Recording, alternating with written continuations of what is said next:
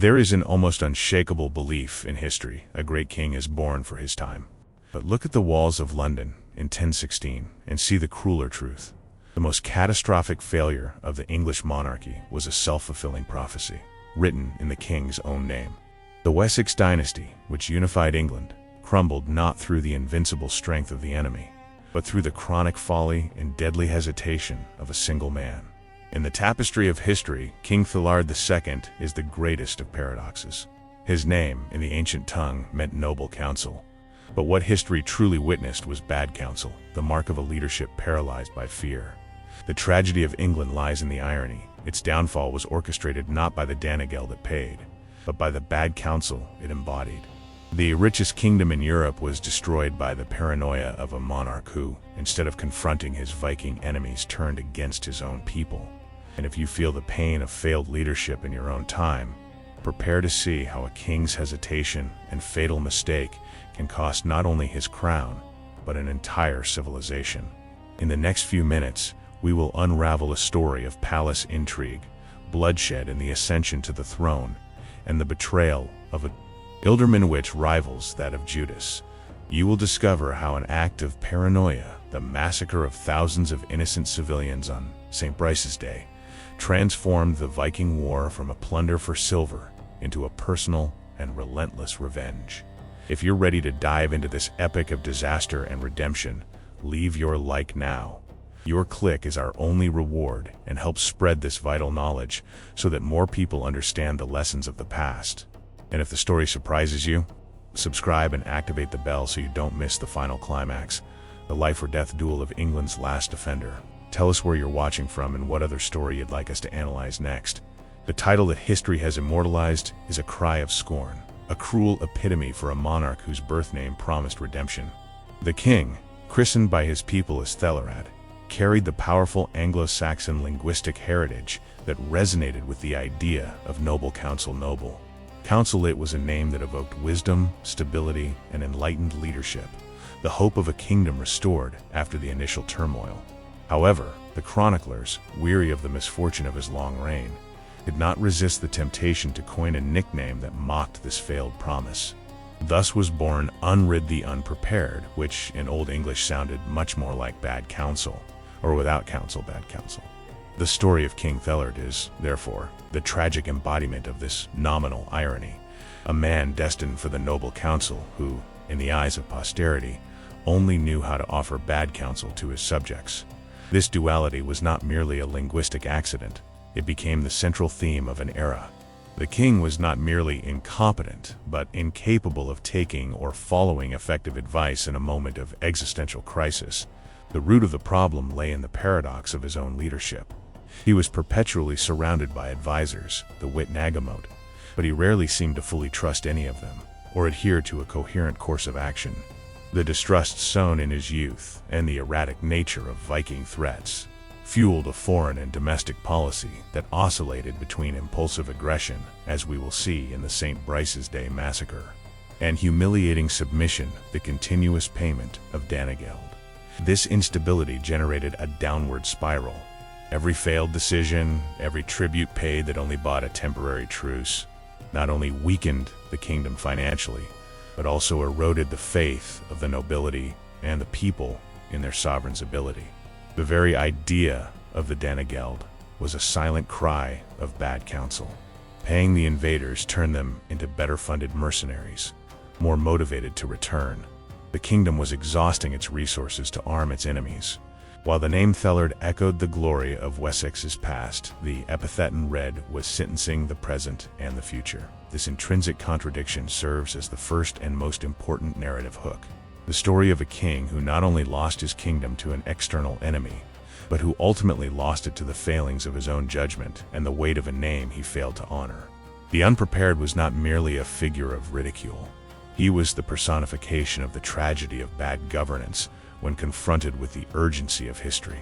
This narrative does not focus on describing events, but on delving into the psychology of leadership failure, a case study of how inaction and misguided action can be equally destructive. The kingdom, which before his birth had been consolidated by the vision of Alfred the Great and his successors, was now crumbling, not for lack of bravery on the part of his subjects, but for a fatal lack of strategic vision and political coherence at the top. The ultimate irony is that even his most aggressive acts, such as the Massacre of 1002, were so disastrously calculated that they only served to catalyze his downfall. The king of noble counsel was doomed to be remembered as the king of bad counsel, an epic warning in the tapestry of English history. The ascension of Aethelred II to the throne of Wessex and all of England was marred from the very first moment by an act of violence that echoed like thunder. The year was 978, and Aethelred's predecessor was his older half-brother, Edward the Martyr, a young king whose brief reign was marked by tension between factions of nobles and the church. The setting for this bloody drama was Corfe Castle in Dorset. Edward, during a hunt, detoured to pay an unannounced visit to his stepmother, Queen Glefthryth, and his younger half-brother, Aethelred himself, who was then about 10 years old. The exact details of what followed have been lost in the mists of history, but the outcome was undeniable and cataclysmic. Edward was ambushed and brutally murdered by Glefthryth's servants or nobles loyal to her, at the very moment he was drinking from a cup that had been offered to him. The crime was not merely regicide, it was a disguised act of usurpation that elevated the young and inexperienced Aethelred to power. The church, led by the imposing figure of Dunstan, Archbishop of Canterbury, attempted to restore order by crowning Aethelred and trying to legitimize him. However, the coronation failed to wash away the blood of Corfe. The shadow of the murder hung over Aethelred like a divine curse. The people and many of the nobles were never convinced of the innocence of the new king or his mother, the ambitious Glefthryth, whom history quickly labeled as the mastermind behind the crime. Although Aethelred, given his age, likely had no conscious involvement in the conspiracy, his subsequent ineptitude in handling the national crisis was often interpreted as divine punishment for the original sin of his ascension. This event is crucial because it undermines Aethelred's authority from the outset. A king needs unquestionable legitimacy to wield power in times of peace. In times of war and invasion, the need for unwavering respect and faith is even greater. Aethelred never had this solid foundation. The memory of Edward's martyrdom, which the church quickly canonized, served as a constant reminder that the throne Aethelred occupied had been conquered through violence and treachery. This legitimizing fragility made Aethelred vulnerable to internal dissension and betrayal by his own people. Aldermen, they saw a weak and tainted king where they should have seen a strong leader. The assassination of Corfe is not merely a dramatic prelude. It is the key to understanding the insecurity and distrust that defined Aethelred's policies. His inability to trust his advisors and his tendency to react impulsively, as in the St. Brice's Day massacre, can be traced back to this traumatic and destabilizing event in his childhood. The throne of Wessex, which had been the beacon of Anglo-Saxon resistance, now rested on a mire of suspicion and blood, and it was from this unstable foundation that Aethelred would have to attempt to defend England against the approaching Viking storm. The epic narrative begins not with the external enemy, but with the internal wound that paralyzed the nation. Danegeld, Danish gold, was not an invention of Aethelred II, having been first paid in at the end of the 9th century. However, it was under his reign that it transformed from a sporadic last resort resource into a disastrous and addictive state policy. The moral and strategic dilemma that Danegeld,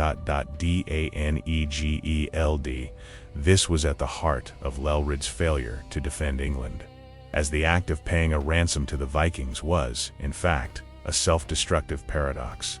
Danegeld's first major and significant concession during Aethelred's reign occurred in 991, following the humiliating defeat at the Battle of Maldon. At that time, the royal army, or what remained of it, was disorganized, and the Viking threat, led by Olaf Tryggvason and his allies, was immediate and overwhelming. The decision to pay £10,000 of silver was initially motivated by a pragmatic and immediate need to buy time.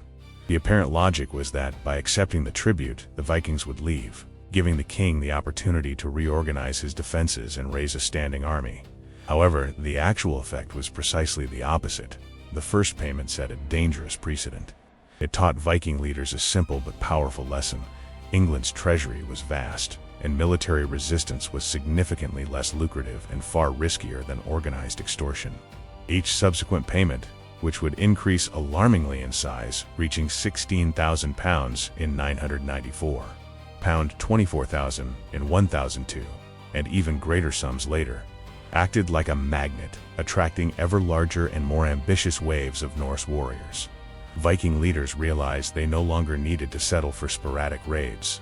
They could demand a guaranteed annual salary, funded by the very nation they were terrorizing.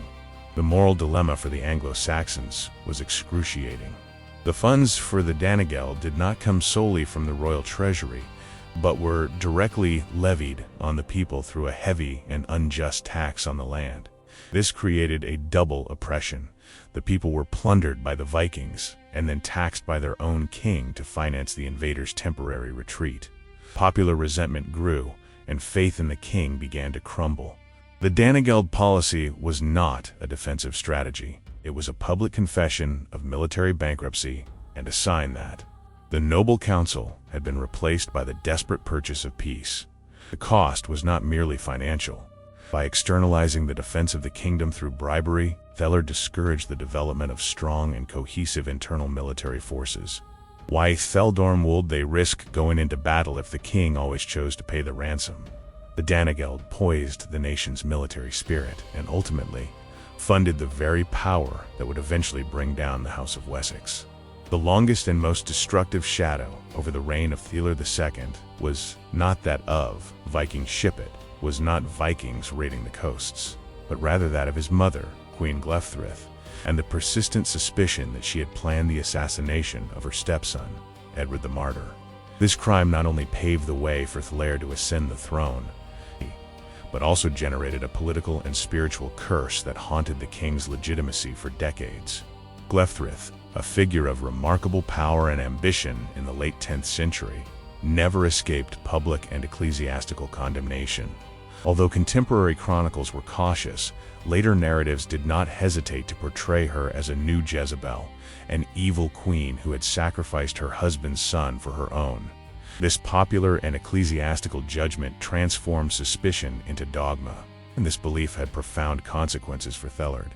The first and most immediate consequence was the loss of support from the church. Archbishop Dunstan, although he crowned Aethelred out of necessity for order, never managed to erase the stain of blood. The swift canonization and popular veneration of Edward the Martyr served as a silent spiritual protest against Aethelred's reign. Aethelred's reign, this lack of unconditional clerical support translated into a loss of moral authority, crucial at a time when the monarchy depended on divine sanction to govern. Secondly, Corf's curse destroyed the unity of the nobility. Aethelred's court was divided between those who supported Glefthryth's faction and those who opposed it, or who lamented Edward's fate. This internal division meant that Aethelred could never fully trust his Ealdormen. Mutual distrust was widespread, creating a fertile political environment for betrayal, a theme that would culminate disastrously in the figure of Eadric Streona. A king who ascended to the throne through violence, even if innocent, was seen as a usurper, or worse, as someone who inherited his mother's toxicity. This atmosphere of constant suspicion is key to understanding the paranoia and erraticism that marked Aethelred's decisions.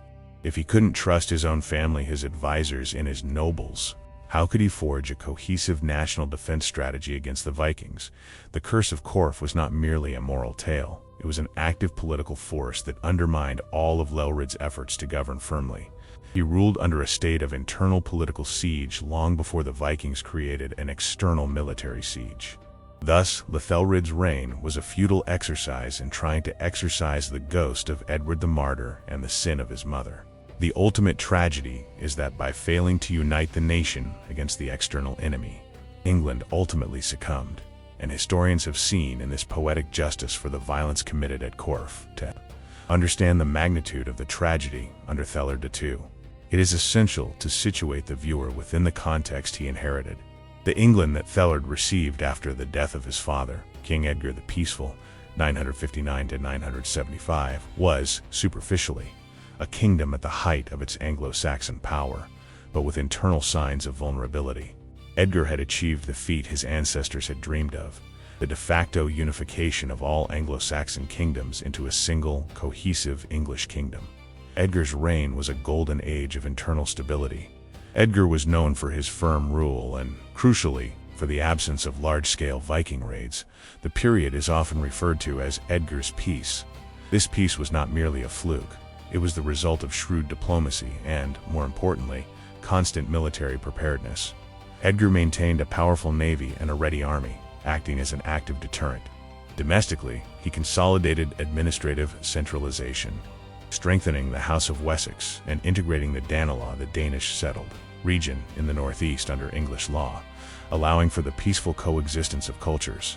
However, Edgar's death in 975 opened a political Pandora's box. The kingdom's strength resided in the monarch's strong and unquestionable personality. Without Edgar, the power structure, although centralized, proved fragile. Immediately, a succession crisis known as the anti-monastic reaction erupted. Aldermen, they vied for power, opposing the influence of the monastic reformers such as Dunstan, whom Edgar had supported. This dispute was not merely religious. It was a struggle for control of land and wealth. This silent civil war consumed the energies of the nobility and clergy in the years immediately preceding and following Aethelred's ascension. The unity that Edgar had built disintegrated into factions. When Aethelred ascended the throne in 978, he inherited a kingdom that was rich in potential, but poor in cohesion and true loyalty. The maritime defenses, which Edgar had rigorously maintained, began to be neglected as the nobles' attention turned to internal power struggles. It is in this setting of tempting wealth and political division that the warning signs reappear. England in 978 was not a failed state, but a sleeping, disunited giant, perfectly ripe for harvest by the newly organized groups of Vikings. The absence of a strong, unifying leader like Edgar meant that, by the time the storm brewed in the North Sea, the English ship lacked a captain whom everyone trusted, and the crew was busy arguing over who should hold the helm. Post-Edgar England is thus the prologue to the catastrophe that followed. The coronation of Aethelred in 978, following the shocking death of his half-brother, did not inaugurate an active reign, but rather a regency in which the young monarch, around 10 years old, was little more than a figurehead. This formative phase was crucial and, in retrospect, detrimental to his future leadership abilities. The king's young age meant that real power lay in the hands of a circle of advisors, primarily his mother, Queen Gleiththraith, and the high clergy, notably Archbishop Dunstan. The regency period was marked by internal struggles for control and influence over the young king. Gleiththraith, despite being officially removed from politics after Edward's canonization, maintained considerable influence behind the scenes, surrounding Aethelred with her own supporters. On the other hand, Dunstan and the ecclesiastical party sought to guide the king towards order and piety, attempting to repair the moral damage of his ascension. The central problem was not the king's age per se, but the factious nature of his council. Wit Nagamat, the council of wise men and nobles, was divided, and decisions made in the king's name often reflected the interests of one faction rather than the good of the kingdom. This prevented Aethelred from developing a sense of centralized and uncontested authority. Instead of growing into a commanding monarch, he grew into a pivot between powerful figures Ealdormen and clergymen. This dynamic had two disastrous consequences. First, the failure to develop a strong royal character. Without a singular and reliable mentor, and immersed in an atmosphere of intrigue and suspicion fueled by the curse of Corv, Aethelred may have developed the chronic distrust and inability to commit to a coherent course of action that marked his adult reign. His political education was a school of cynicism and indecision. Secondly, the neglected response to the first warning signs. While the regency struggled for influence, the first Viking raids c. 980 were seen as local inconveniences to be dealt with by the authorities. Ealdormen, regional threats, rather than a strategic one to be confronted by the central power, meant that the resources and attention needed to reactivate Edgar's defenses were diverted to internal political chess. When Aethelred finally came of age and assumed nominal command, he was already a man whose leadership was compromised. He had learned to distrust, but not to command, to react, but not to plan. His youth and turbulent regency had not prepared him for the Viking deluge that was about to fall upon the unified, but vulnerable, England he had inherited. The peace enjoyed under King Edgar's reign was an anomaly in the long history of Anglo-Saxon Viking conflict. After his death, and amidst the turbulence of Aethelred's regency, warning signs appeared, announcing the end of this brief truce. Around 980, the first Viking shipdanes began to reappear on the English coast, but in a way that differed from the great invasions of the past. These initial attacks were sporadic, rapid, and geographically dispersed. The main focus was looting, the pillaging of isolated coastal monasteries and vulnerable villages. Chronicles of the time record raids on places like Southampton, Thanet, and Cornwall. Their objective was purely financial, to collect silver and slaves and flee before an organized response could be mounted. The English government's reaction to these warning signs was disastrous and revealing. Instead of recognizing the coordination and growing audacity behind these raids as the prelude to a new and major invasion, Aethelred's council, still unstable under the regency, treated them as regional security problems to be dealt with by the authorities. EALDORMEN, locals. There was a dangerous complacency, perhaps born of Edgar's long peace and the naive belief that money could solve the problem. The failure to respond in a centralized and decisive manner at the beginning allowed the Vikings to gain confidence and strategic knowledge. Each raid their success not only gave them wealth, but also information about coastal defenses and the organization of local militias firehand. Crucially, the slowness of the central response, the lack of a cohesive naval fleet, and the neglect of the maritime defenses that Edgar had maintained made the English beaches an easy target. More important than the stolen goods, the recurrence of these sporadic attacks had a paralyzing effect on the economy and morale of the coastal communities. Farmers and merchants were less willing to invest and work, knowing that their income could be stolen at any moment. This sowed the seeds of distrust, as locals perceived that the king, who was supposed to protect them, was more concerned with internal politics and court squabbles than with the defense of the kingdom. The warning signals, therefore, were not mere routine raids. They were the first tests that the new Viking leaders, later Olaf Tryggvason and Sven Forkbeard, conducted to assess the fragility of post-Edgar and post-Corf England. Aethelred's negligent response to these early tests gave them the green light to escalate their attacks, paving the way for the full-scale invasion that followed. The price of the peace they tried to buy began to be calculated at this moment of inaction.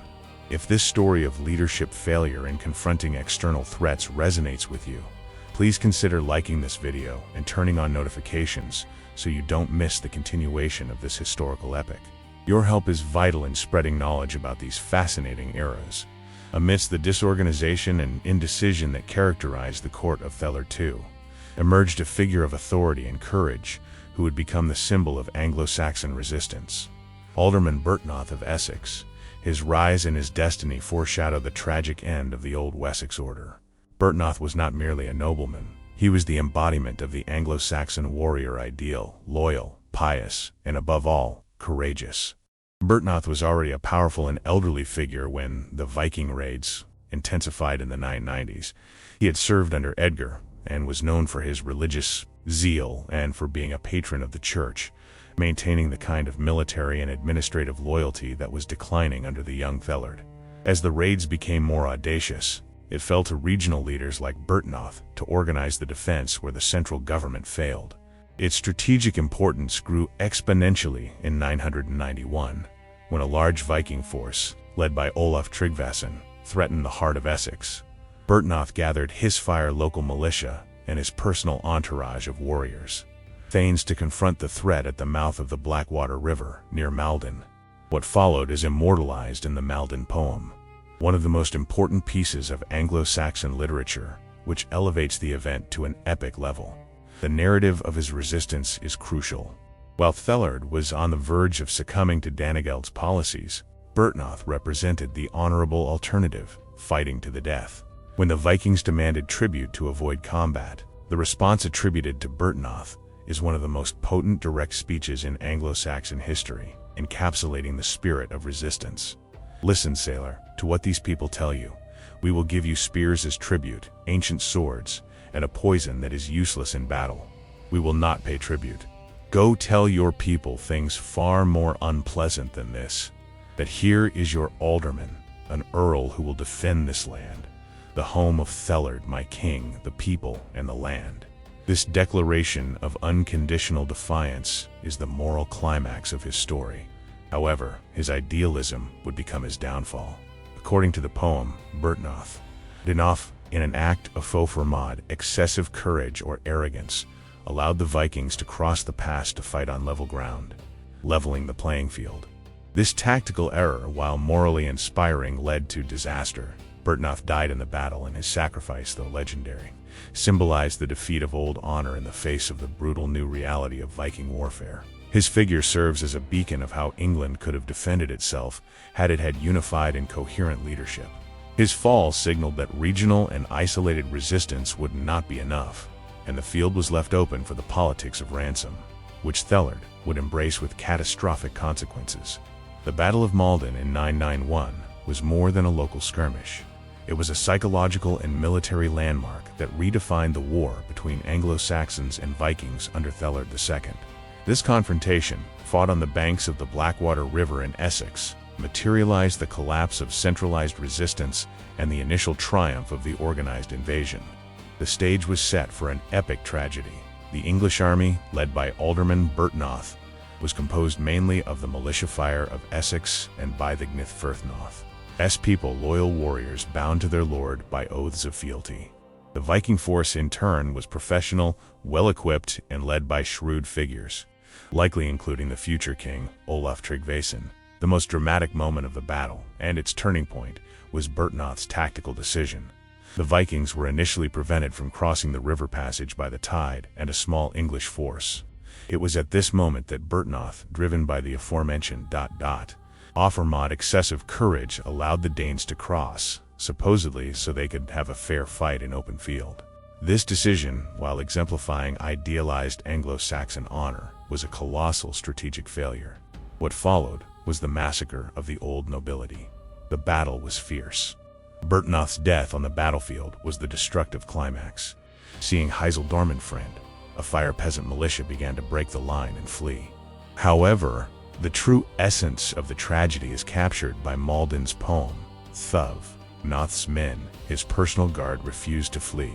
Instead, they delivered speeches of desperate loyalty and advanced to certain death to avenge their lord or die by his side. This act of unwavering fidelity, though glorious, meant the annihilation of the region's most dedicated military leadership. The Battle of Maldon was not disastrous only because of the loss of life. It was a crushing blow to the morale and organizational capacity of the kingdom. The Vikings realized that organized resistance in England was sporadic and that the death of a single leader could disintegrate an army. Furthermore, the loss of Essex's elite warriors made the area immediately vulnerable.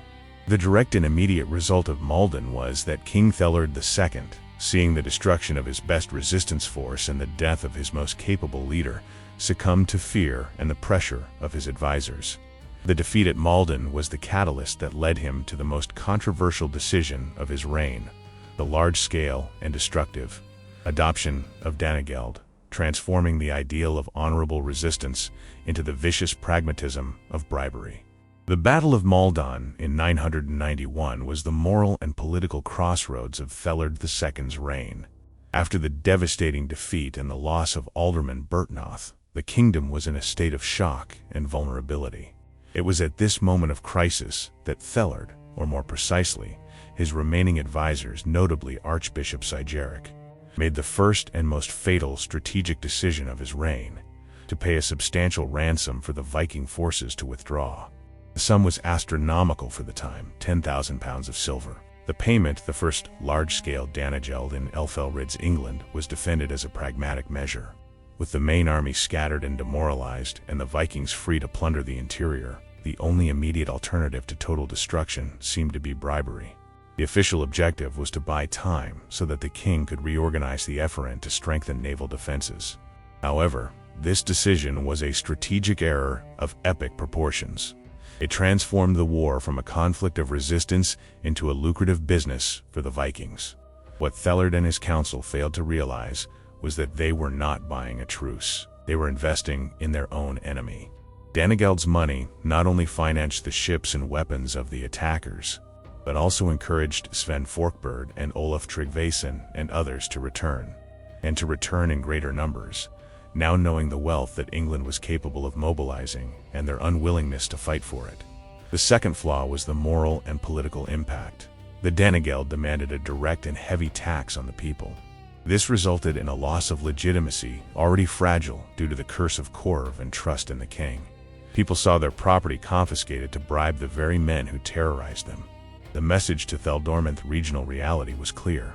The king did not trust in military strength, but in the strength of silver. The Anglo-Saxon warrior spirit exemplified by Bertnoth was replaced by hopelessness regarding taxation. The decision of 991 opened the door to a spiral of dependency. With each new Viking attack, the cost of the Danegeld increased. The kingdom became trapped in a vicious cycle where the only solution to invasion was payment, and payment guaranteed the next invasion.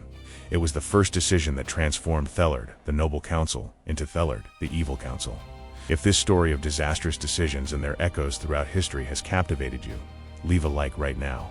Your click helps us spread this epic historical knowledge to more people. And speaking of which, activate the bell and subscribe to the channel so you don't miss the climax of Aethelred's downfall. Tell us in the comments which city you're watching from and what other epic story you'd like to see analyzed next. Your suggestion is our reward for diving so deep into the past. England's failure to stop the sporadic attacks and the adoption of the Danegeld after Malden galvanized the more ambitious Viking leaders. From 991 onwards, the threat transformed from opportunistic raids into organized military invasions under the leadership of two names that would shake the throne of Wessex: Olaf Tryggvason and Sven Forkbeard. Olaf Tryggvason, a charismatic warrior and later king of Norway, and Sven Forkbeard, the powerful king of Denmark, joined forces, representing the first organized coalition of such magnitude to threaten a unified England. Olaf was known for his military prowess and reputation as a daring navigator. Sven, on the other hand, brought the weight of Danish royalty and substantial experience in warfare and politics, representing the power of an emerging state, not merely that of a wandering warlord. The alliance between these two leaders transformed the character of the invasion. It was no longer about collecting silver and leaving. Their objective was now more political and long-lasting.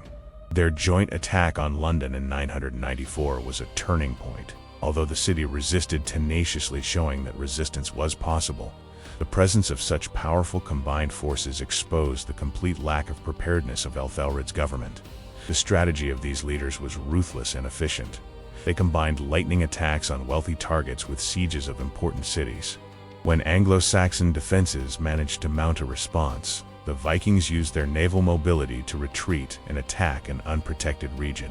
Their presence forced Aethelred to pay the Danegeld £16,000 in 994, which was divided between the two leaders.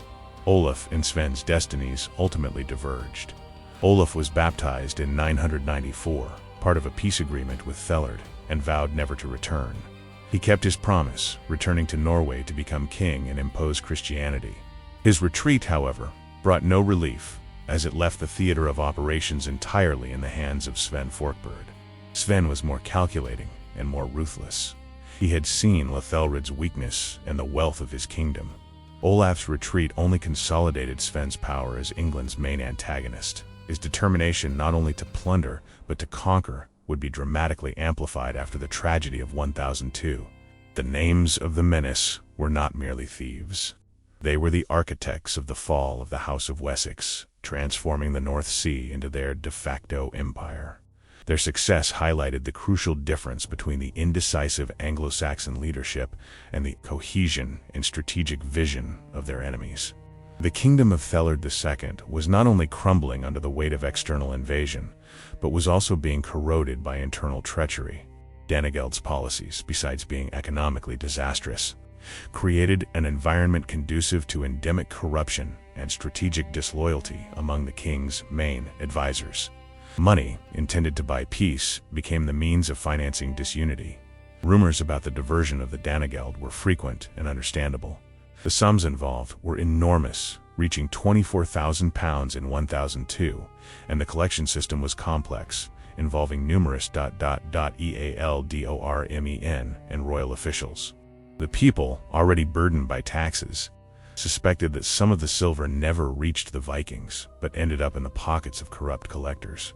These suspicions undermined the nation's morale and weakened the king's authority, who seemed incapable of controlling his own administration. However, the greatest danger was the active betrayal of high-ranking figures. The most infamous of these was Eadric Streona, who would become Alderman of Mercia and a central figure in Aethelred's politics. Eadric was a rapidly rising nobleman, known for his cunning and greed. His nickname, Streonth name Eadric, meaning the greedy one or the acquirer, already marked him. Anglo-Saxon historical sources and chronicles are replete with accusations that Eadric used his position to secretly ally himself with the Danes. Eadric Streona's conspiracy was not merely a matter of theft. It was a strategic betrayal that sabotaged the king's military efforts. He was accused of delaying the deployment of troops, providing vital information to the invaders, and switching sides on the battlefield at crucial moments. His motivation was clear. He saw Aethelred's downfall as an opportunity to increase his own power and wealth, either under a weak Anglo-Saxon king or under a new Danish regime. The impact of the council's corruption on Aethelred was paralyzing. Surrounded by advisors he couldn't trust, his already chronic distrust, a result of the curse of Corf, morphed into political paranoia. He was unable to discern between loyalty and deceit.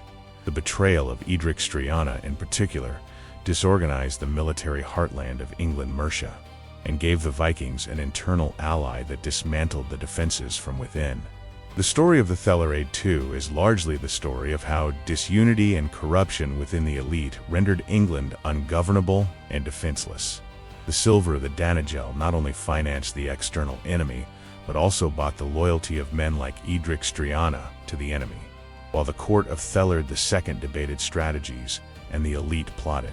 It was the common people of England who bore the unbearable weight of the crisis. The weakness of the people was a direct and devastating consequence of Danegeld's policies, combined with the continuous Viking raids. This double burden led to economic and psychological exhaustion that undermined the kingdom's will to resist. Economic exhaustion was palpable and systematic. The Danegeld was a tax on land hidage. This tax, levied throughout the kingdom to raise the enormous sums demanded by the invaders, meant the loss of their livelihood for many communities, especially farmers and small landowners. They were forced to sell goods, livestock, or even their land to pay the tribute, spiraling into poverty. This tax, which increased annually and was rigorously enforced, transformed royal protection into an act of oppression. Simultaneously, the people were victims of indiscriminate Viking raids. Although the Danegeld was supposed to buy peace, truces were frequently violated or applied only to specific areas. Coastal communities and those along river routes lived in a state of constant terror. Fire thee. Local militia was repeatedly called up and disbanded, forcing men to abandon their fields and crops, exacerbating food shortages. Chronicles of the time described the land as desolate and in ruins, with famine compounding the war. The psychological strain was equally destructive. Faith in the king, already shaken by Corf's assassination and his inaction, disintegrated.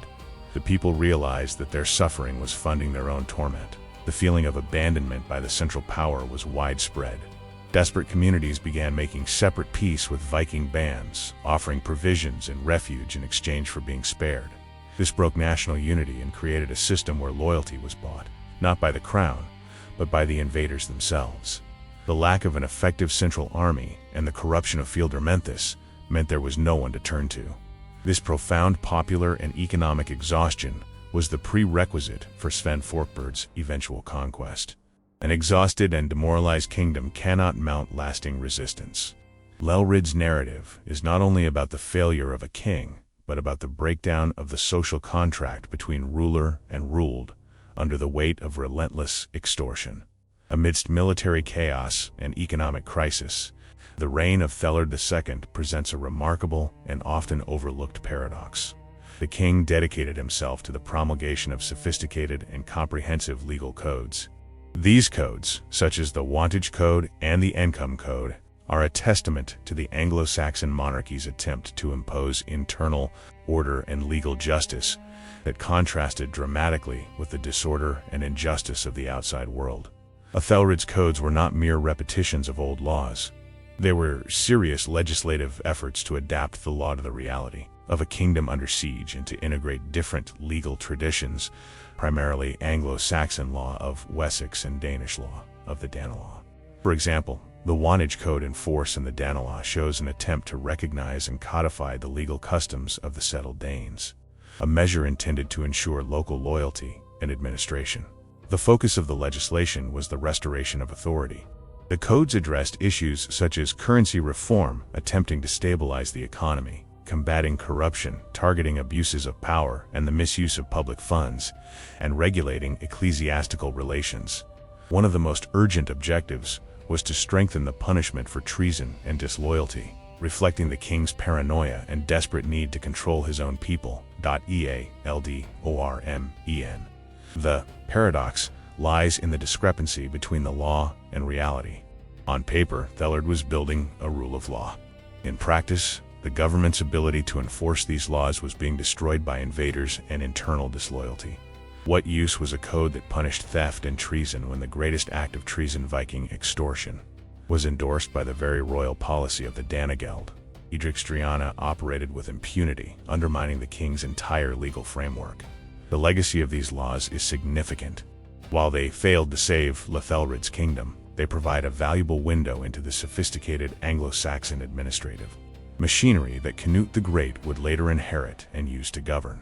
Aethelred's laws demonstrate that, even at the lowest point in its military history, the House of Wessex maintained a vision of good governance and a faith in centralized administration. Ultimately, Aethelred's laws are a tragic commentary on his reign. He could legislate on order, but he was unable to enforce it. He could write codes of justice, but he was powerless in the face of the barbaric injustice of the Vikings and the treachery of his own ministers. The attempt to create legal order contrasts sharply with the military chaos, underscoring Aethelred's failure to prioritize defense over administration. In a rare display of strategic vision, Aethelred II sought to strengthen his position through a dynastic alliance that would have lasting repercussions in English history. In 1002, he married Emma of Normandy, the daughter of Richard I, Duke of Normandy. This marriage was a calculated political move to counter the Viking threat, but, ironically, it ended up creating the conditions for the Norman invasion of 1066. The immediate motivation for this alliance was to neutralize Normandy as a base of support for the Danish invaders. For years, the Vikings had used Norman ports as a safe haven to resupply and organize their attacks on England. By marrying Emma, Aethelred hoped to ensure that the Duchy of Normandy would stop harboring his enemies. The promise was that Richard I would prevent the Vikings from using its ports, effectively closing England's back door. Emma, known for her beauty and political acumen, was a valuable bride. The marriage elevated Aethelred's international standing, linking his kingdom to one of Europe's most militarily dynamic and emerging states. Duke Richard I was a descendant of Rollo, an established Viking who had converted to Christianity and become a French nobleman, giving this alliance a special flavor of uniting old enemies against new ones. Despite the promise, the alliance was of limited success. Although Normandy provided some degree of refuge, it did not entirely impede Viking logistics, and Sven Forkbeard's forces continued to operate freely. However, the marriage produced a consequence that became critical for the future: the creation of a dynastic link between the House of Wessex and the Norman elite. Aethelred and Emma's children, notably Edward the Future, Edward the Confessor, were raised in the Norman court. When Aethelred and Emma were forced to flee England in 1013, the Duchy of Normandy became their official refuge and the base of the Anglo-Saxon dynasty in exile. This dependence in the long period Emma's children spent in Normandy cemented a profound Norman cultural and political influence on the future English monarchy. It was this bond, cultivated by this desperate strategic marriage, that Duke William the Conqueror would use decades later as justification for his claim to the English throne. Thus, the alliance with Normandy, although conceived to save England from the Danish threat, planted the seeds of its eventual conquest by the Normans. It is a supreme example of the unintended far-reaching nature of historical decisions, a tactical measure for short-term survival that transformed into a long-term strategic cataclysm. The military conflict under Aethelred II was not merely an invasion by foreigners. It was a civil war with a population that already had an established and deep Viking presence in England. The Viking presence in England. centered in the territory known as the Danelaw. The northeast and east region of the country was a social, economic, and cultural reality that greatly complicated the king's war policy. The Danelaw, formally established in the late 9th century, was a vast area where Danish law, customs, and language prevailed. Cities, such as York, were major trading centers under Norse influence. The Danish settlers were not temporary intruders. They were established farmers, merchants, and landowners who had lived in England for generations, paying taxes and, in many cases, serving in local militias. Many had converted to Christianity. The central issue for Aethelred was the loyalty of this population. The policy of his predecessors, especially Edgar, had been one of integration, resulting in specific legal codes for the Danelaw. Life in the Danelaw was characterized by a complex cultural fusion. The English language absorbed numerous Norse words, and the local administration showed Danish traits. However, the return of violent attacks and the demands of the Danegeld exacerbated tensions. Although many Danelaw settlers were loyal to the English king, the arrival of their fellow Danes from the continent created a conflict of loyalties. The invaders saw the established settlers as potential allies and sources of support, while the English crown viewed them with growing suspicion. This widespread suspicion was more dangerous than the treachery itself. It led to the belief in the Danish conspiracy and, ultimately, to Aethelred's most disastrous action. The king could not mobilize the kingdom against the invasion without the cooperation of the Danelaw. However, his paralyzing distrust led him to see the settlers as Sven Forkbeard's fifth column. The Viking presence is a reminder that the enemy was, in many ways, internal. Aethelred's crisis was not merely a border war, but a war of national identity and trust. His failure to capitalize on the loyalty of the established settlers who had a vested interest in English stability, and his decision to act against them, proved to be the greatest miscalculation of his reign. The cultural and historical presence of the Danes in the heart of England made a policy of extermination unthinkable and disastrous. The growing threat of organized invasions and the presence of a large Danish population settled in England created a climate of intense paranoia in the court of Aethelred II. The result was the proliferation of rumors about an internal Danish conspiracy, the idea that the settled colonists were planning to join Sven Forkbeard and carry out a coordinated uprising to overthrow the Anglo-Saxon king. Crucially, the existence of a large-scale conspiracy has never been proven by historical sources. The colonists of Danelaw had broad and peaceful interests in the stability of the kingdom, and a revolt would have risked their lands and their lives. However, what matters historically is not the reality of the conspiracy, but the belief of the king and his advisors in its existence. This belief flourished in an environment of chronic distrust stemming from the curse of Corf and strategic desperation. The king, who could not trust his own people, Ealdormen, he found it impossible to believe in the loyalty of his subjects of Danish origin, especially when it was his countrymen who were plundering the kingdom.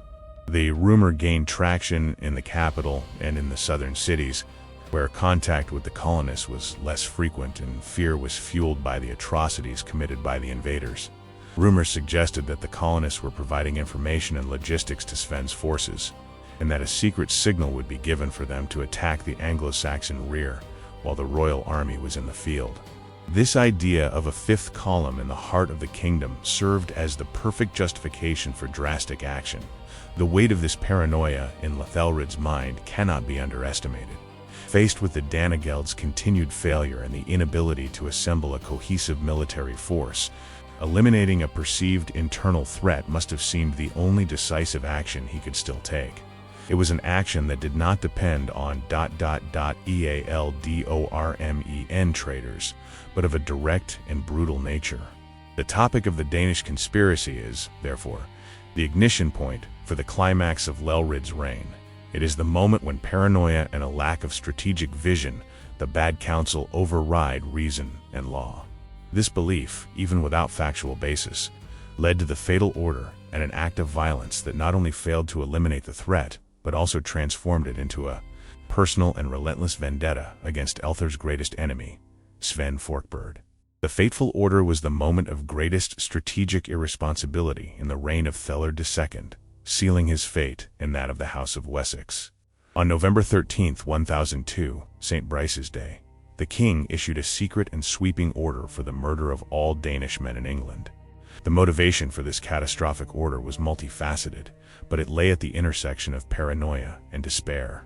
Aethelred was terrified by the idea of an internal conspiracy that would stab him in the back. His policies at Danegeld had failed to buy lasting peace. His attempts at legal reform had been ineffective against corruption, and he was unable to assemble a unified army. The massacre must have seemed to him a radical and definitive solution to the problem of internal disloyalty. The order was notable for its secrecy and scale. Unlike a public law, this was a royal order, transmitted through trusted emissaries, intended to be executed simultaneously throughout the kingdom, or at least in the areas under Anglo-Saxon control. Secrecy was vital, as it aimed to catch the colonists by surprise. The fact that it was executed, albeit unevenly and incompletely, attests to the central authority the king still possessed, despite his leadership failings. The surviving text of the order, quoted in later chronicles, is brutal. It speaks of the need to exterminate the Danes because of their intention to take the king's life and then seize the kingdom. This wording underscores the existential fear that dominated Aethelred's mind. And because it had been made known to the king that they, the Danes, were seeking him with the intention of taking the king's life and then possessing the kingdom, he ordered a general massacre of all Danes throughout England to be carried out on St. Brice's Day. The fateful order transformed the war from a military conflict against an invading army into an ethnic war. It targeted civilians, settlers who were, in many cases, long-standing loyal subjects. The king was destroying the possibility of peaceful integration and turning his own population against him. The climax of this decision is not the act itself, but its immediate consequence on the international stage. By committing this barbaric and indiscriminate act, Aethelred provided his greatest enemy, Sven Forkbeard, with the moral and personal justification for an all-out invasion. The revenge would no longer be for silver, but for royal blood. On the morning of November 13th, 1002, the kingdom of Aethelred II plunged into the reign of terror on St. Brice's Day. The execution of the fateful order unleashed a wave of violence directed against men, women, and children of Danish descent in various towns and boroughs of England. The violence was not uniform, varying according to local loyalty and demographics. In regions with strong Danish ties, the Danelaw, the order may have been ignored or poorly executed by Ealdormanois did not want local revolts. However, in cities where the Danish presence was more recent or where anti-Viking resentment was greater, the massacre was brutal. The most vivid account of the horror comes from Oxford. Danes who sought refuge in a local church, possibly St. Fridswide's Church, now Christ Church Cathedral, were surrounded by local residents and, after a siege, were burned alive inside the building.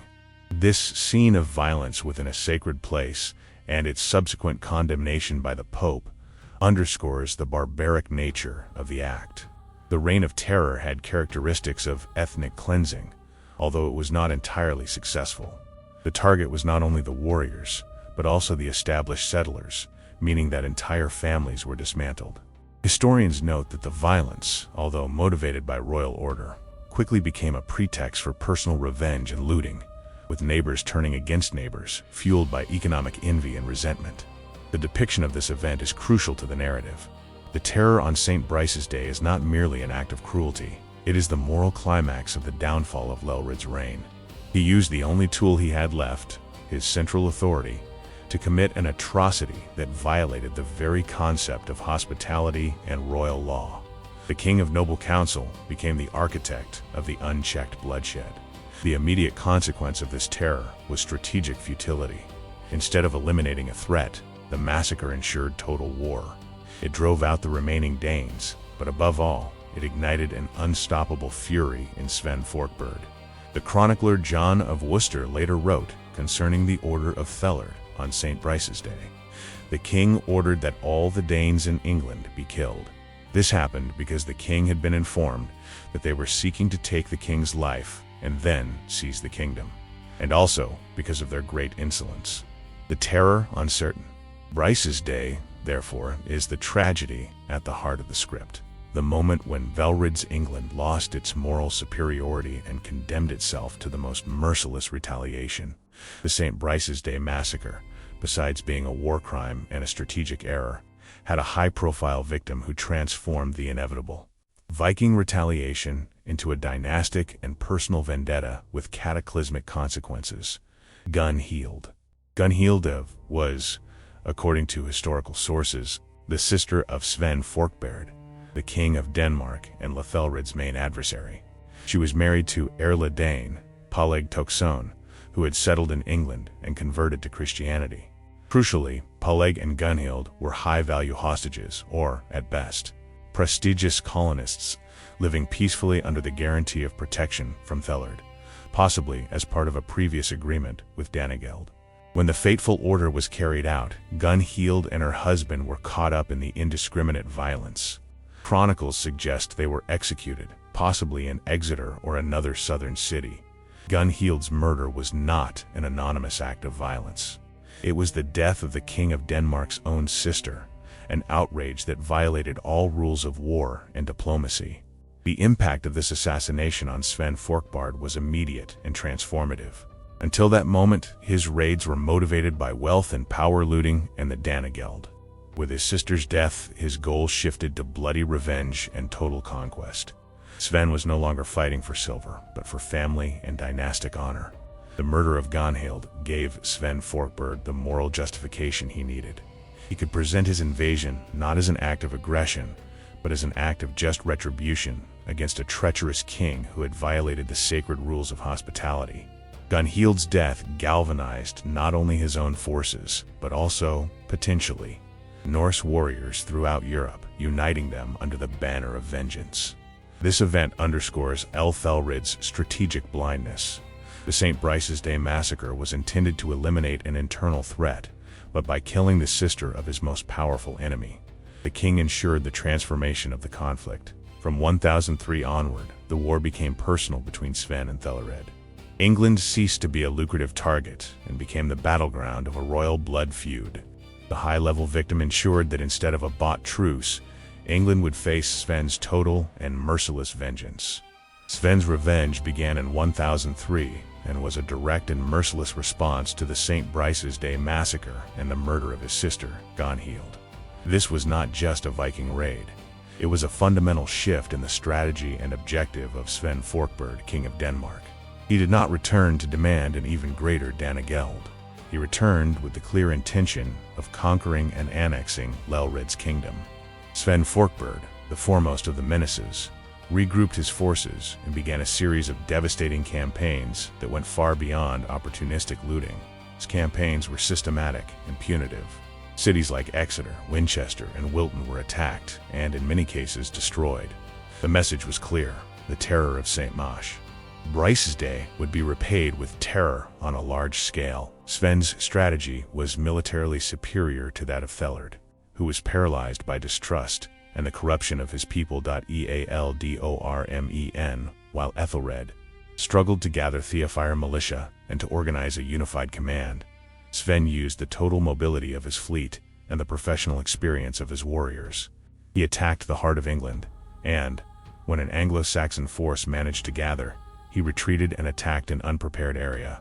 What is crucial to this phase of the narrative is the climate of despair that gripped England. Sven's vengeance was not merely destructive, it was political. As he conquered and terrorized a region, Sven did not completely plunder it and then leave. Instead, he demanded recognition of his sovereignty. The chronicles recount that many communities, exhausted by the people's weariness and abandoned by their own king, began to surrender to Sven, preferring a foreign but stable rule to the indecisive tyranny of Aethelred.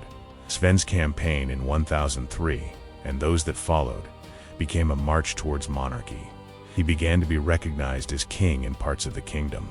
The St. Brice's Day Massacre was the perfect justification for the population to change their allegiance. The king who had betrayed them to the Vikings with the Danegeld and who had terrorized them with the slaughter was seen as incapable of protecting or governing. Sven's revenge is the personification of Aethelred's evil counsel. The act intended to ensure internal security guaranteed the total loss of the kingdom. This phase marks the point of no return in Aethelred's history, transforming him into a king on the verge of exile. The story of the fall of Aethelred II cannot be told without detailing the most celebrated and destructive betrayal of his reign, that of Eadric Streona. As already mentioned, Eadric was the alderman of Mercia, the greatest and most central of Thealdamsh English, which gave him unparalleled power and influence. His rise and notorious disloyalty represent the final breakdown of the English defense's backbone. Eadric Streona was a master of intrigue. He rose to power through his political shrewdness and his ability to marry Aethelred's daughter, which cemented his position at the royal court. The problem was not his ambition, but his dual loyalties. Anglo-Saxon chronicles and later historians portray him as an archetypal Machiavellian traitor, someone who valued self-interest above loyalty to his king or his nation. His role in the military crisis was one of active and calculated sabotage. The historical accusations against him are numerous and serious. Delay in mobilization. Eadric was repeatedly accused of delaying the mobilization of Mercian troops at crucial moments. This inaction allowed Sven Forkbeard's forces to loot unopposed. Switching sides, he openly shifted his allegiance, siding with Sven when the Danish cause seemed strong, and returning to Aethelred when the Anglo-Saxon king briefly regained power. This instability infected the entire nobility. Political assassination. Later sources and less substantiated, but important for the epic tone, even accuse him of assassinating the king's political opponents, or even of playing a role in the death of Edmund Ironrib, the last defender of Wessex. Eadric Streona's betrayal was the fatal blow to Aethelred's ability to resist. The alderman of Mercia was no insignificant nobleman. He commanded a third of the English army. His disloyalty paralyzed the heart of England and prevented the king from assembling a cohesive force. The presence of such a powerful and influential traitor in the royal court ensured that military strategies, when they were created, were leaked or sabotaged before implementation. Eadric's rise also mirrors Aethelred's leadership crisis. The king, in his chronic distrust, promoted figures like Eadric who seemed useful to him while alienating or betraying loyal nobles. In the end, Eadric Streona's treachery proved that the internal threat was as destructive as the external one, and that England was not only conquered, but also sold by one of its own. Ealdormen. One of the most serious and persistent strategic errors in the reign of Aethelred II was the abandonment of the navy, a mistake that granted the Viking invaders almost total freedom of maneuver. England was an island, and its first and most vital defensive bulwark should have been a powerful naval fleet. Aethelred's father, Edgar the Peaceful, had understood this fundamental truth. He had maintained a robust and constantly prepared royal navy, which served as an effective deterrent against invasions.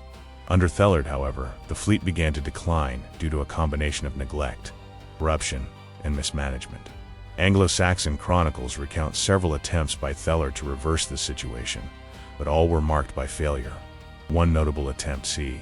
1008, involved the construction of a massive new fleet at the expense of a land tax. The aim was to create a naval force capable of intercepting the Viking shipdanes at sea. However, the fleet, once built, was quickly disorganized by internal rivalries. Unread, ambitious man, betrayed the king, stealing and destroying ships, and the remaining fleet was left to rot in the harbor due to a lack of coordination and command. The reasons for the abandonment were complex. Financial cost: maintaining a fleet was enormously expensive, and the kingdom's vast resources were continually being diverted to paying the Danegeld. Corruption and disloyalty: the nobles in charge of managing the ships and ports were often disloyal or corrupt, like Eadric Streona, using funds for their own benefit and allowing ships to fall into disuse. Focus on land: Aethelred and his advisors maintained a defensive mindset focused on land battles, failing to understand that the war should be won at sea. The abandonment of the navy had a direct consequence: free landings. Sven Forkbeard's forces could choose where and when to attack with complete impunity. They could use the rivers as highways to the interior, and their mobility meant that the Anglo-Saxon forces on land were always reacting, never dictating the pace of the war. The inability to protect the coasts made England a fortress without gates. This failure is symbolic of Aethelred's strategic failure. His bad advice allowed England, an island with a proud maritime tradition, to be defeated by a fleet that, at its peak, could have been overwhelmed. The sea, which should have been its natural defense, became the open path to its destruction. The long reign of Aethelred II was characterized by a chronic leadership crisis that paralyzed England's response to the Viking threat. This crisis was not merely the king's indecisiveness, but the mutual and destructive distrust that existed between the monarch and his nobility, culminating in desertions and the total internal division of the kingdom. The root of this crisis goes back to the assassination of Corf and the Curse, which instilled in Aethelred a deep paranoia. The king feared being betrayed by his own people, Ealdormen, and advisors. This distrust manifested itself in exclusion. Aethelred tended to rely on rapidly rising favorites, such as Eadric Streona, and to marginalize or even banish others, Ealdormen older and more loyal than he suspected. Inconsistency. His policies were erratic. He summoned theft fire militia and then dissolved it on suspicion of disloyalty, or because he had decided to pay the Danegeld instead of fighting, exacerbating the people's weariness. In turn, the nobles had every reason to distrust the king. They had witnessed the ineffectiveness of the Danegeld, the corruption of the council, and crucially, the disastrous atrocity of the St. Brice's Day massacre. Why would they risk their lives and those of their men for a king whose judgment was flawed and who could, at any moment, turn against them? The result was widespread desertion and a failure to mobilize. Chronicles report that when Aethelred summoned his armies, Ealdormen simply refused to attend or arrived late on purpose. They preferred to defend their own lands with their own resources, rather than participate in actual campaigns that they considered poorly led and destined to fail. This atomization of power destroyed Aethelred's ability to assemble a cohesive national force. A chronicler of the time lamented, "When the king should have summoned an army, or when they should have pursued the enemy, then either there was something to stop the attack, or else they had no advantage whatsoever." The leadership crisis created a self-fulfilling prophecy. Aethelred's distrust led to the desertion of the nobles, which confirmed his mistrust and led to more erratic decisions. It was this internal division that set the stage for Sven's revenge. When the Danish king launched his final invasion, he faced not a unified kingdom, but a collection of warring fiefdoms, ready to switch allegiances in exchange for peace or security. To illustrate the devastation of Sven Forkbeard's revenge and the consequences of Eadric Streona's treachery, the siege and fall of Exeter in 1003 is a vivid example of military failure under Aethelred II. Exeter was one of the richest and most important cities in southwest England, a vital stronghold and a trading center. Following the St. Brice's Day massacre, Sven launched his relentless retaliation. His campaign led him to Exeter. The city was under the control of a French nobleman, Hugh, whom Aethelred had appointed, perhaps due to his newly formed alliance with Normandy. The Reforgners are frequently accused in chronicles of having been the catalyst for the city's downfall. The siege itself demonstrated the hopelessness of the English situation. Although Exeter was fortified, the Anglo-Saxon relief army, which should have been led by Ealdormen from the region including the notorious Eadric Streona, either failed to arrive in time or was paralyzed by the king's indecision. The fall of Exeter is attributed to treachery or incompetence. Anglo-Saxon chronicles explicitly state that the city was lost because Hugh, their Evite, was negligent. Whether it was a deliberate act of treachery or a failure of command, the gates were open to the Danes. The city was sacked and destroyed, and its symbolic and strategic value was lost. The event serves as a microcosm of English tragedy, betrayal. The failure of Reva and the inaction of Ealdormen highlight the problem of disloyalty in leadership. Strategic loss. The loss of Exeter opened southwest England to continued plunder, demoralizing the entire region. Vulnerability. The fall of one of the kingdom's most fortified cities proved that no community was truly safe under Aethelred's rule. This episode of 1003 not only illustrates the power of Sven's vengeance, but also the king's unwillingness or inability to punish failure and betrayal. Review, after the disaster, was not executed immediately. Instead, he is seen in the chronicles returning to court, which is a sign of Aethelred's moral paralysis. The siege and fall of Exeter is proof that England was being defeated not only by the enemy's strength but by the weakness and corruption of its own government. Each lost city reinforced the weakness of the people and hastened the inevitable final fall. The Danegeld's policy of bribery. reached its highest and most destructive point in 1012.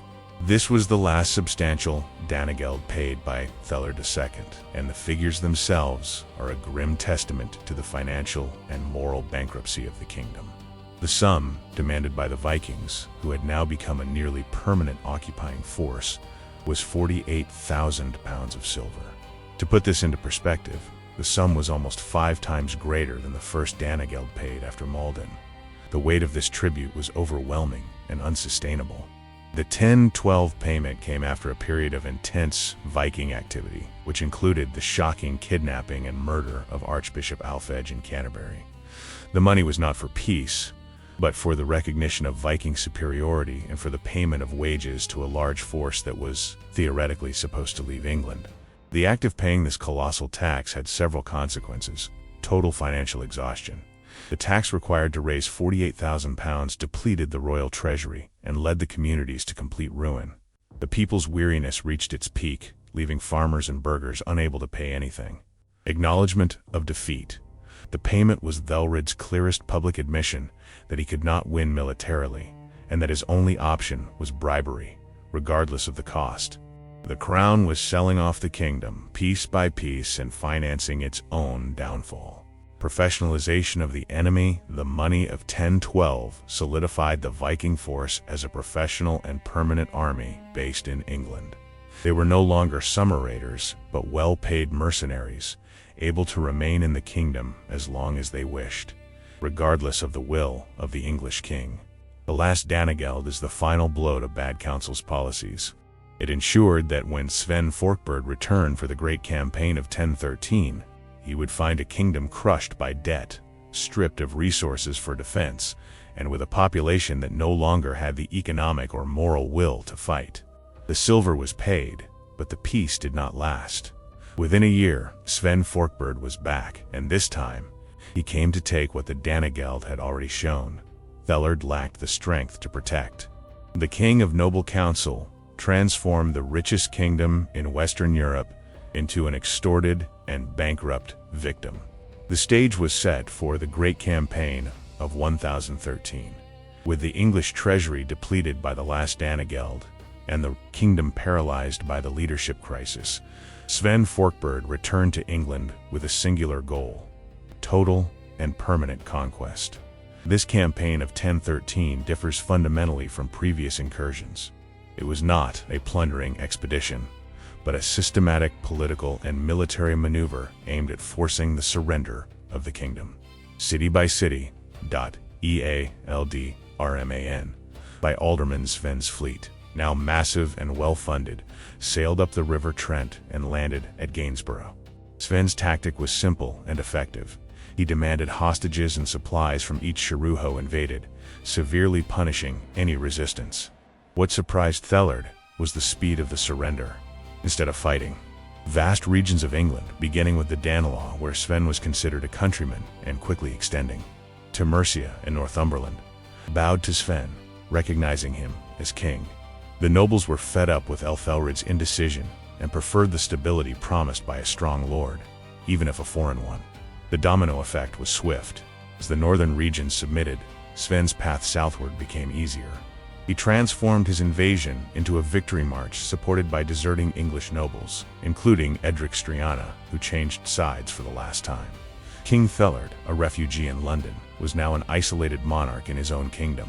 His attempts to organize the army or navy had failed. Loyalty had abandoned him. His nobles had deserted. The people were exhausted. The Great Campaign culminated in the siege of London. Although the city, defended by the Royal Guard, initially resisted Sven's attack, the surrender of the rest of the country rendered its resistance futile. The Anglo-Saxon Chronicle records that Sven Forkbeard was received as king throughout the nation. The campaign of 1013 marks the end of the first reign of Aethelred II.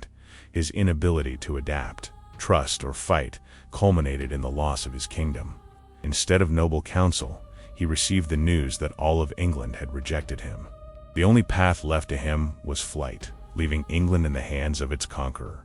With the Great Campaign of 1013 sweeping through England and Sven Forkbeard being accepted as king by the entire nation, Aethelred II's position became untenable. In December 1013, Aethelred made the final and humiliating decision to leave the kingdom he had failed to protect. The flight to the island, the term island referring to Normandy, was hastily organized. Aethelred sent his children, including the future Edward the Confessor and Queen Emma of Normandy, to his brother, Richard II, Duke of Normandy. They took with them the remaining royal treasure and the young Prince Edward. Aethelred remained in London for a short time, but with the city finally surrendering to Sven, he followed them. The act of fleeing represented not only a military defeat, but a dynastic and moral collapse. The king of the House of Wessex, the lineage that had founded unified England, was now a monarch in exile, dependent on the hospitality of his Norman brother-in-law. The flight was the climax of shame for a king who had been unable to fulfill his oath to protect his people. The refuge in Normandy was no accident. It was the direct result of the alliance with Normandy that Aethelred had made. What had been a strategic move to secure an ally became the only lifeline for his family. The court in exile, however, sowed more problems than it solved.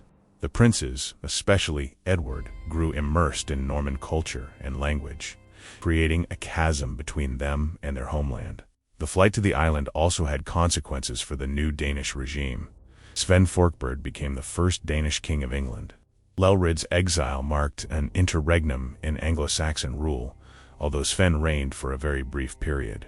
The narrative of the flight is the dramatic conclusion to the first part of Aethelred's reign. It is the point of greatest despair, where the king lost his throne not in epic battle, but in a humiliating retreat. The noble council was reduced to a small retinue of exiles, gazing out to sea for an uncertain future. Their return, though brief, would be equally turbulent, but for now, the stage was clear for the new Viking dynasty. The apparent conclusion of Aethelred II's tragedy was abruptly reversed in February 1014 by the unexpected death of the conqueror. Sven Forkbeard, who had conquered all of England in the Great Campaign of 1013 and forced Aethelred into exile, reigned for only 5 weeks. His sudden and unexpected death, possibly from illness or injury, was a seismic event that created a crucial and temporary window of opportunity for the House of Wessex. The legacy of Sven, the first Danish king of England, was conquest, but his reign was too short for consolidation. His death created an immediate power vacuum. The vast coalition of Sven's supporters, the newly arrived Danes, the Norse settlers of Danegeld, and Theodorm in Enganism, who had switched allegiances such as Eadric Streona, became disorganized and divided regarding the succession. The Danish army in England proclaimed Canute, Sven's young son, as the new king. However, the Anglo-Saxon nobles and bishops saw Sven's death as an opportunity to restore the Wessex lineage. Their support for Sven had been largely pragmatic and dictated by fear of Danish power. Now, they could reverse the situation without the cost of a bloody war. This reversal was not a mere act of loyalty. It was a political calculation. The nobles sent emissaries to Aethelred in Normandy, declaring that no lord was dearer to them than their natural overlord Aethelred, if he governed them more correctly than before. This message is the turning point. It sets the condition for his return. The nobles were willing to accept him, but only if he promised to reform his leadership and abandon the disastrous policies of the past, such as the Danegeld and the persecution. Aethelred, in exile, responded with a solemn promise that he would be a loyal lord, forgive his enemies, and reform all abuses. Sven's death transformed the exiled king into a viable alternative. The unexpected death of the conqueror is a classic element of the epic script, the improbable miracle that offers the protagonist Aethelred a second chance at redemption. However, this brief interlude would not mean peace, but rather the beginning of the final and most brutal phase of the war. As Canute was unwilling to abdicate his father's throne without a fight, the death of Sven Forkbeard led to the watchful return of Aethelred II to the English throne in early 1014. This was not a triumphant return, but a return under political custody, imposed by the Anglo-Saxon nobles themselves, who had lost faith in his judgment and demanded guarantees of change. The nobles' invitation, as recorded in the Anglo-Saxon Chronicle, came with harsh conditions. They sent Aethelred the message that they would only accept him back if he promised to govern more correctly than before, a clear requirement for him to abandon his bad advice and erratic policies. Forgiving the past, he should forgive all offenses and disloyalty committed against him, referring to those who had deserted to Sven. including the nobles who now invited him. Promise of reform. He was to reform everything they had abhorred in his previous reign. This act of demanding something from the nobles is a significant moment of constitutional power. In practice, the English nobility was negotiating a contract with their monarch. The king was forced to accept the conditions. The watched return was followed by immediate military action against the remaining Danish forces, led by Canute.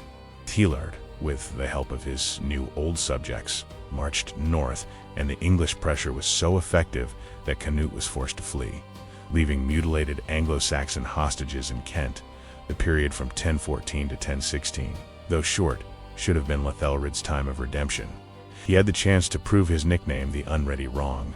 However, his fundamentally distrustful nature and his inability to change his policies became evident. Although he promised forgiveness, his actions soon turned to revenge and favoritism. His return, though based on an agreement of the noble council, was quickly compromised. In 1015, he convened a meeting in Oxford, where he ordered the assassination of Twithenshire-ranking Danes. Most notably, he was unable to control or punish the traitor Eadric Streona, whose influence and disloyalty continued to plague the kingdom. The watched return, therefore, was not the beginning of a new era, but the prologue to the final act of the Anglo-Saxon Viking War, showing that even with a second chance, Aethelred's character and leadership flaws were incorrigible. After the death of Sven Forkbeard and the provisional return of Aethelred II, England found not peace, but a formidable new enemy, the young Canute the Great, Sven's heir. The final war would not be fought against a plunderer, but against a visionary military and political figure destined to create an empire. When Aethelred returned, Canute was forced to retreat to Denmark. However, he returned with a massive fleet in September 1015, accompanied by an army that included many veteran mercenaries and Danes, determined to claim their father's inheritance. The main difference between Canute and his father Sven was their political vision. Sven had sought revenge and conquest. Canute sought legitimacy and stability. Although he was a brutal warrior, he understood that lasting conquest required more than force. It required effective administration and the cooperation of the native elite. The war against Canute was characterized by continued Anglo-Saxon ineffectiveness. While Canute invaded and conquered, Aethelred's army was paralyzed by disloyalty and the leadership crisis.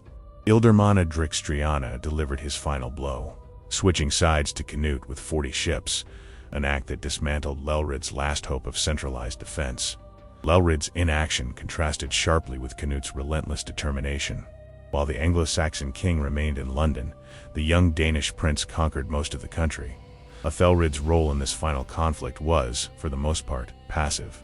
The effective conduct of the war fell to his son, Edmund Ironrib, who became the true hope of Anglo-Saxon resistance. Canute's emergence as the new enemy transformed the conflict. England was facing not an invader who would be paid to leave, but a future monarch determined to stay. His youth, combined with his cunning, made him an infinitely more dangerous adversary than any Aethelred had faced. Canute's challenge forced the House of Wessex to fight literally to the death. His presence and success underscore the utter failure of Aethelred's second chance. The noble council failed to unite against the danger, and its failure paved the way for the consolidation of Danish power in the heart of England. In the darkest hour of Aethelred II's reign, when the kingdom was being dismantled by Canute's invasion and the king was paralyzed by indecision and treachery, a figure of genuine resistance emerged. Edmund Ironside, Aethelred's son from his first marriage. The nickname Ironside Iron Rib was not an ironic pun. It was an honorary title conferred for his exploits in battle, attesting to his strength and military resilience, qualities tragically lacking in his father. Edmund was the living contrast to Aethelred. Where the father was distrustful and hesitant, the son was bold and direct. Where the father trusted in Danegeld, the son trusted in the sword. Edmund's rise to power represented a direct challenge to his father's authority. Perceiving the incompetence and demoralization of the royal government, Edmund took the initiative to organize resistance. He marched north, garnering the support of nobles who had abandoned Aethelred, and forced the notorious traitor, Eadric Streona, to temporarily return to his loyalty to the king, threatening his life. The relationship between father and son during this period was deeply strained. Edmund was fighting for the kingdom's survival, but he was doing so on the fringes of, and sometimes in opposition to, his father's failed strategy. Aethelred, unable to abandon his suspicious nature, continued to distrust his own son. The Anglo-Saxon Chronicle records that Edmund, frustrated by the lack of support from London and Aethelred's inaction, even married without his father's approval to secure a power base and independent alliances. Edmund Ironrib's role in history is that of a tragic hero. He embodied the last and best hope of the House of Wessex and the Anglo-Saxon resistance. His ability to inspire and lead his men proved that the English people still had the fighting spirit, but were poorly served by their leadership. His emergence at the end of Aethelred's reign is crucial, as it ensured that the Wessex dynasty would not die through inaction. When Aethelred finally died, Edmund was in a position to assume the crown and lead the final battle for English independence. He was the noble counsel his father failed to be, but arrived too late to prevent the inevitable. The journey of Aethelred II, the King of Ill Counsel, came to an end in London on April 23, 1016. His death occurred not on a battlefield, but within the walls of the besieged city, amidst the relentless siege of Canute the Great. This death, in times of war and siege, is the grim epilogue to a tragic and disastrous reign. Aethelred died as an isolated, sick, and defeated king.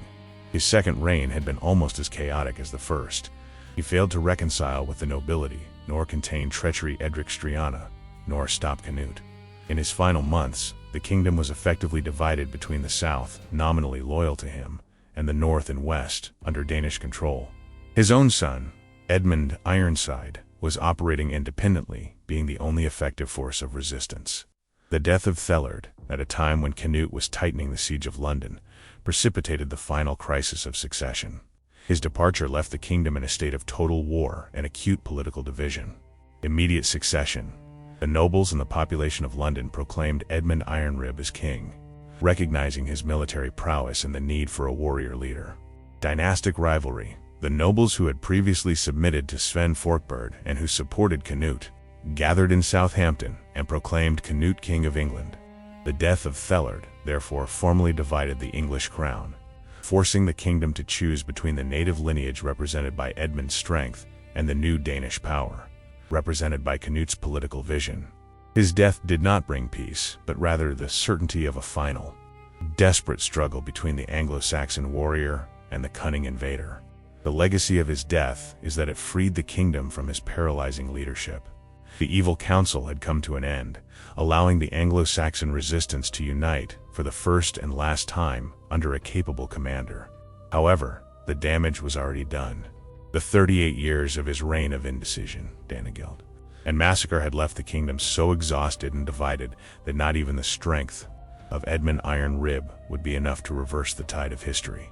The death of Aethelred II initiated one of the most intense and brief periods in English military history. A royal duel between Edmund Ironside and Canute the Great. For 7 months, the two young kings waged a relentless series of 5 major battles and countless skirmishes, fighting for the survival of the House of Wessex. The military climax of this confrontation was the Battle of Asandon or Ashington in Essex in October 1016. The battle was fierce and decisive. The Anglo-Saxon army, bravely led by Edmund, seemed to be gaining the upper hand. A treachery, once again, sealed England's fate.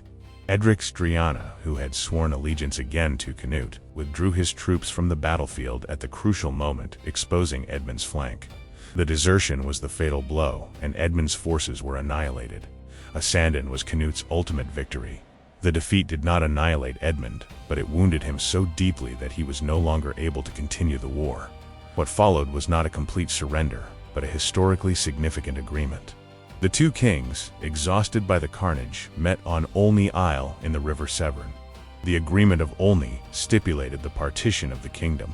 Canute would retain the bulk of the kingdom, including Mercia and the north areas already under strong Danish influence or control.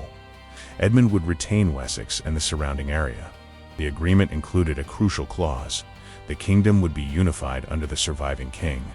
This partition, though humiliating for Wessex, was the last hope for the House of Anglo-Saxons. However, this hope was quickly crushed. In November 1016, just 1 month after the agreement and the Battle of Asandon, Edmund II died of unspecified causes. Although Anglo-Saxon sources suggest that death was natural, unproven rumors persist that Edmund was murdered on the orders of Eadric Streona, the perennial traitor, to secure Canute's favor. With the death of Edmund II, the Agreement of Olney was put into effect. Canute became the undisputed king of all England. The final battle and the agreement, therefore, not only ended the war but also extinguished the dominion of the House of Wessex, paving the way for the new empire. The premature death of Edmund II in 1016 marked the definitive end of the reign of the House of Wessex and the triumph of Canute the Great. What began with Aethelred II's failure to deal with sporadic raids culminated in the establishment of the North Sea Empire under Canute. This topic serves to establish the political and economic landscape after Aethelred's great journey. Canute inherited a kingdom that was rich but politically exhausted, with its administrative structures intact but a demoralized elite. Contrary to what Sven's revenge might suggest, Canute's rule was not characterized by oppression, but by shrewd reconciliation and stability. Canute's first act was to consolidate his legitimacy. He made a masterful political move by marrying Aethelred II's widow, Emma of Normandy. This marriage linked Canute to the ancient Wessex lineage, reassured the Anglo-Saxon nobility, and ensured an end to hostilities with Normandy. In doing so, Canute neutralized the greatest internal and external threats to his crown. Next, he devoted himself to good governance. He maintained Anglo-Saxon laws and administrative structures and promoted English nobles alongside the Danes. He did not rule as an invader, but as a legitimate and just monarch. The Danegeld, which Aethelred paid to drive away invaders, Canute collected one last time and massively, £82,500 to pay his own mercenaries and send them back home. This final act formally ended the scourge of Viking extortion. The dawn of the North Sea Empire is the final legacy of Aethelred's story. Canute would eventually rule an empire that included England, Denmark, and Norway. Ironically, the Danish king brought the peace and stability that the Anglo-Saxon king failed to provide. The story of Aethelred II is therefore the prologue to prosperity under Canute. His journey and failure paved the way for the union of kingdoms and the creation of a maritime power. England, though ruled by a foreigner, finally found order after decades of bad counsel. We've reached the end of this incredible and tragic story of kings and traitors. If the journey of Aethelred the Unready and the triumph of Canute surprised you, don't forget to like this video, subscribe to the channel, and activate the notification bell so we can continue bringing you these epic narratives. And remember, by sharing you are helping to spread historical knowledge. Tell us, where did you watch this video, and what other historical epic should be our next story? Thank you for being with us on this journey.